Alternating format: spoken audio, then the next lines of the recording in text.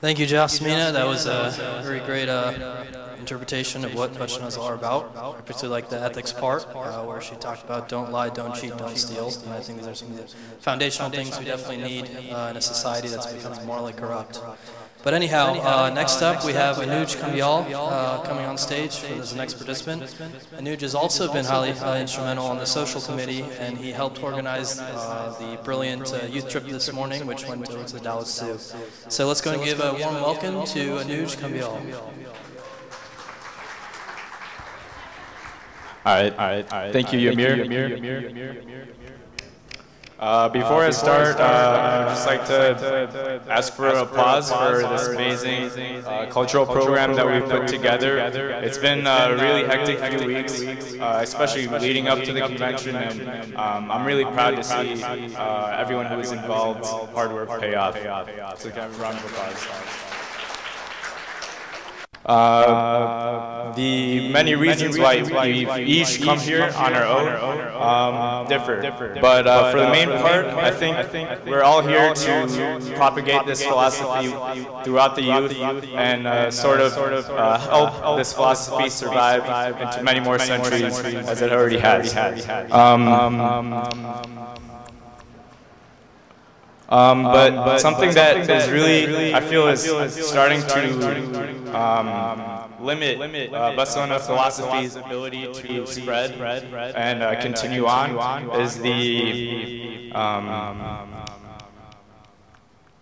is the contradictions, as I mentioned, between the VSNAs and our own behaviors. A certain VSNA that has always stuck out to me was, the rich will make temples for Shiva, what shall I, a poor man, do? My legs are pillars, the body is the shrine, the head a cupola of gold. Listen, O Lord of the meeting rivers, things standing shall fall, but the moving ever shall stay. So, reading through this, I'm seeing that the VSNA is describing the central idea that God is within every one of us. But we have a common trend to go to temples and to pray to idols. And while these things aren't necessarily bad, it puts off the idea to many of the youth that, as Tushar was mentioning, that, we're just like Hindus.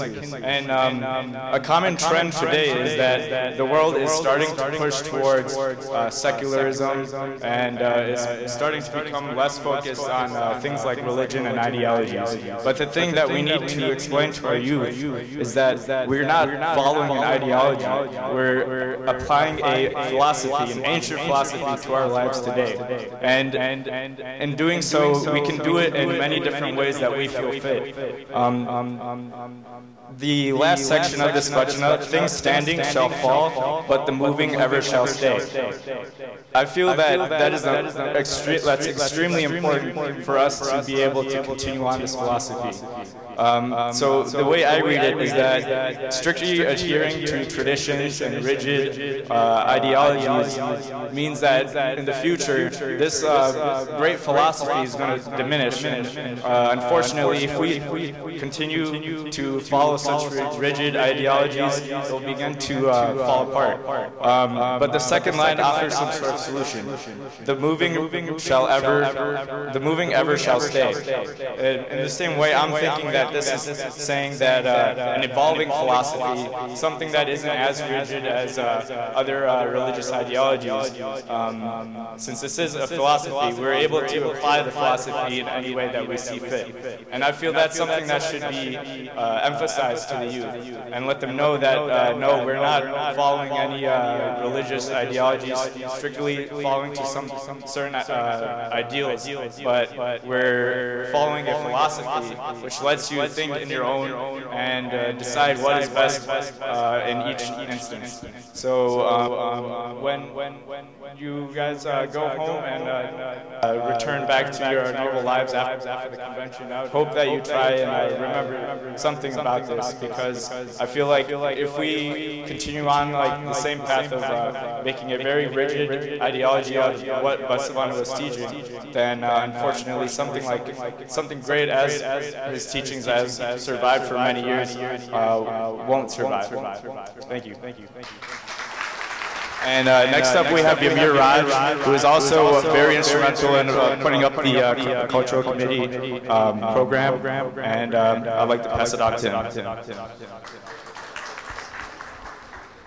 Thank you, Nooch. It was very good of you.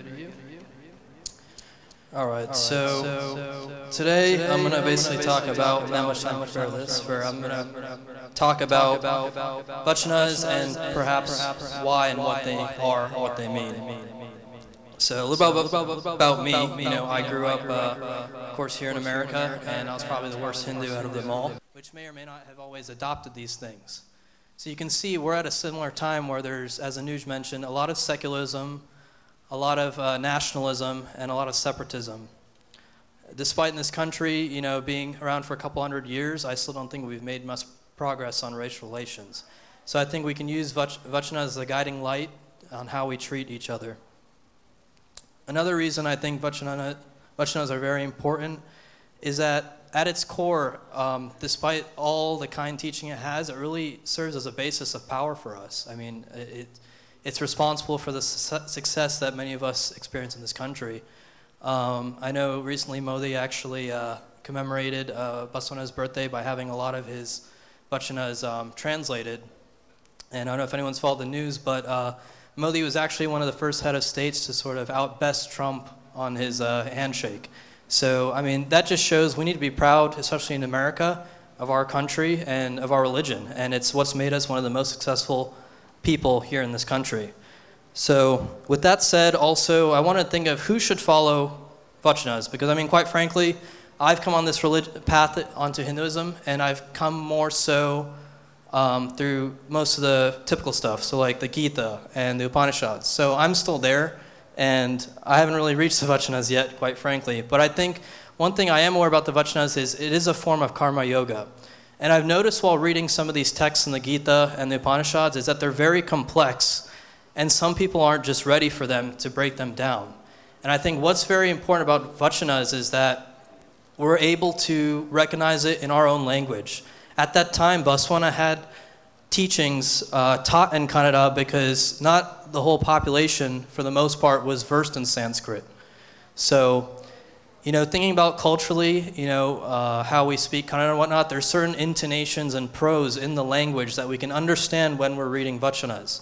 And I think for some people who are lost out there, getting caught up in status anxiety, is my son going to get into medical school? Which new house are we going to buy? There's a lot of problems that plagues us in the Indian population. And I think we've really lost our parts and roots of our religion. People like to look like they're religious, but I think a lot of us don't practice what we really preach. So I think, you know, going back to the core of Vachanas, I think it's definitely, when I say it's a form of karma yoga, it's the easiest path just to find God again. And you don't have to get too complex in such things. Just reading one verse or one prose can get you right back to your baseline if you feel like you've lost your spirituality or you're deviating away from it. So with that said, you know, I personally didn't mention a Vachana, but I think more so it's really about the action of actually participating in it, reading it, dissecting it, critically thinking about it, and then showing and feeling your true devotion to God. Thank you.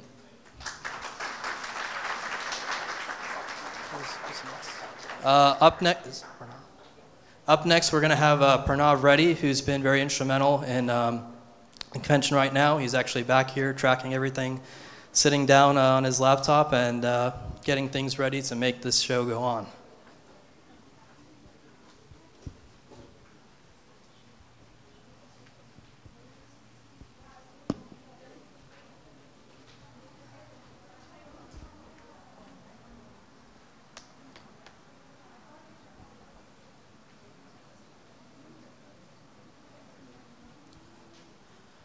Hello, my name is Pranav Reddy, and I guess I have a speech for you. In the past few years, one of the most pressing issues is this idea of how we perceive people. More specifically, the issue of how the unconscious biases many people have against people of different races, genders, sexes, sexual orientations, and even economic classes. While this issue touches on the problems of historical racism, sexism, etc., that many nations face, The solution for a Virashaiva is easier than it seems. This year's convention theme proclaims Vachanas as a guiding light, telling devotees to find clarity in the problems they face using the words of the Sharanas. Though these Vachanas were written many centuries ago, it is surprising just how relevant they are in the problems we face in the 21st century. Take this Vachana, for example. On sighting men on horses with royal parasols, they go head over heels to fall at their feet. When humble devotees come, no place here, get lost, they say. Would not my master, Kula Sangaya, stop, drag them down, and saw their noses off? Though the language is a bit dated, its meaning is not. In the Vachana above, Basavanna highlights a basic flaw in the way people think. He tells us how we are drawn to praise those who by chance or by birth have achieved material success, but cannot take the time to appreciate the greater challenge of those who have sought to find spiritual success. While he cites the example of royalty, we can take, for example, any of those rich or powerful in the world. He speaks of how people put outward appearance over the inner character of others all too often. But there's always more to a person. Again, as Basavanna puts it, within the rock there is gold. Within the tree trunk there is fire. Within milk there is ghee. Within the thought there is Shiva. Kula Sangamadeva. Why this darkness? Why nothing shows up? Because the Guru who can show is not. The darkness here is our inner self. Like the rocks, the trees, the milk, and the thoughts, there is something far more valuable to be found than what is seen on the surface. Yet there's no Guru to show you how to find yourself, and that journey is most difficult. One can achieve all the success in the world and still yet have never taken great steps down this most important path. Yet this path is difficult. If an elephant took that path, could it be said that a goat took that path too? Can I boast that I am equal to the Sharanas of Sangha? Am I equal to the devotees who serve the Jangama? Tell me, Kula Sangamadeva. Basavanna here speaks of how following in the footsteps of another is like a goat approaching a problem the same way as an elephant. By just doing what others do, we will always fail to reach our goals, for every person is different. Therefore, we must accept our differences and strive to live life in our own ways and find inner peace in our own ways.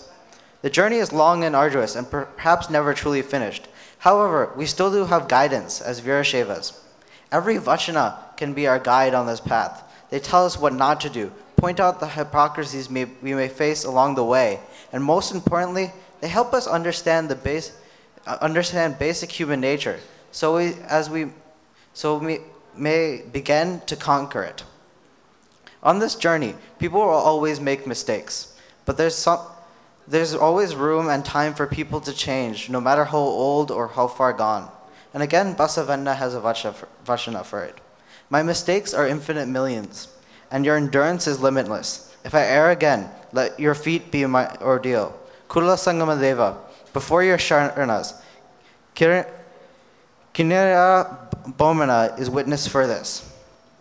People make mistakes, and for those mistakes, we must not alienate them. We must stand by them, whether they may be bigoted or hateful, for otherwise how can one expect them to change? We must make ourselves examples for change, and be merciful in how we suggest it. By alienating, we punish those who are lost in their journey, punishing them to a life of many more mistakes. Therefore, in many ways, Vachanas serve as a guiding light. They tell us how to approach the problems we face every day.